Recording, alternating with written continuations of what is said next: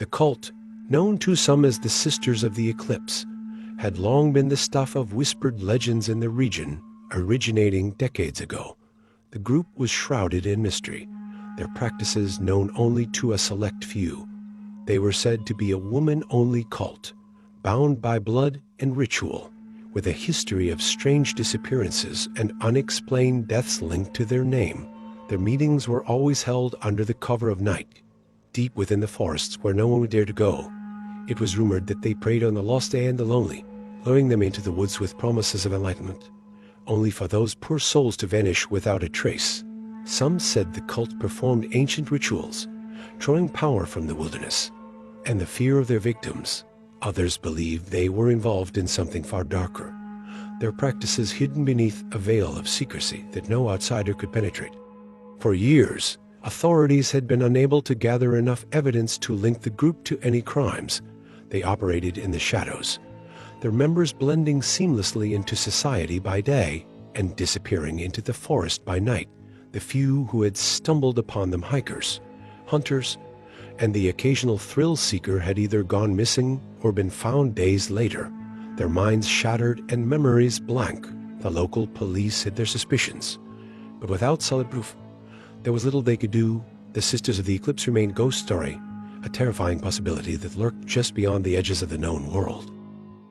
As the early morning mist settled over the dense forest, Sarah Thompson decided to take her usual hike along the familiar trail. The forest had always been her escape, a place where she could clear her mind and enjoy the serenity of nature. But on this particular day, something felt different.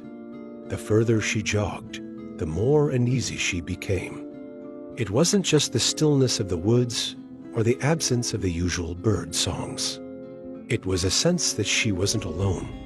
As she rounded a bend, she saw something that made her heart skip a beat. Through the trees, just a short distance off the trail, two women stood in a small clearing, their figures faintly illuminated by the glow of flickering candles placed in a circle around them. They were chanting in low voices, their hands raised to the sky, as if calling upon something or someone. Sarah froze, her instincts telling her to turn back, but curiosity held her in place. She watched, trying to make sense of what she was seeing. It wasn't long before she realized she was witnessing some kind of ritual. Unease quickly turned to fear.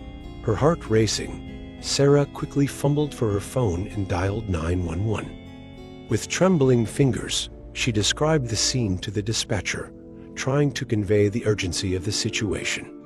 There are two women in the woods, doing something strange like a ritual or something.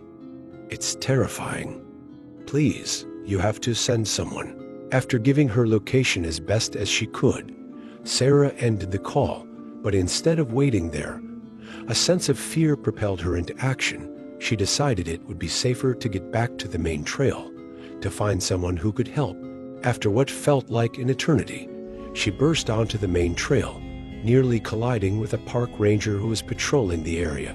Gasping for breath and wide-eyed with fear, she grabbed the ranger's arm. "Help! You have to come quickly," Sarah gasped, trying to catch her breath.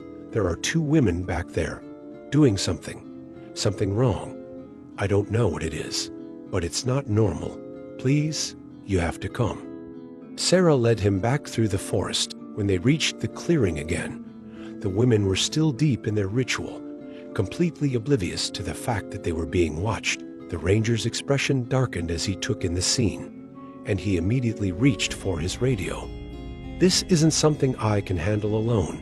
We need the police out here," he muttered, his hand already on the radio as he called for backup. But as he spoke, he realized that Sarah was no longer beside him. He turned, confusion flickering across his face when he saw that she had vanished without a trace. Puzzled but focused on the task at hand, he decided to stay and keep an eye on the women while waiting for the police to arrive. A few tense minutes passed, with the ranger keeping a watchful eye on the two women. Then, out of the corner of his eye, he noticed movement through the trees. A police officer emerged from the shadows, his expression serious. The ranger quickly briefed him on the situation, and together they cautiously approached the two women. The officer kept his hand near his weapon, ready for anything, while the ranger led the way, eyes locked on the strange scene before them. As they moved closer, the officer suddenly felt a presence behind him, but before he could react, something soft and chemical smelling was pressed against his face. As he struggled to pull away, his vision blurred, and he collapsed to the ground unconscious. The ranger, too focused on the two women ahead, didn't notice the officer's sudden fall. Before he could fully comprehend what was happening, Sarah reappeared behind him, her movements silent and swift. She pressed the same cloth against his face, and the ranger barely had time to register the attack before his vision darkened and he crumpled to the ground, joining the unconscious officer.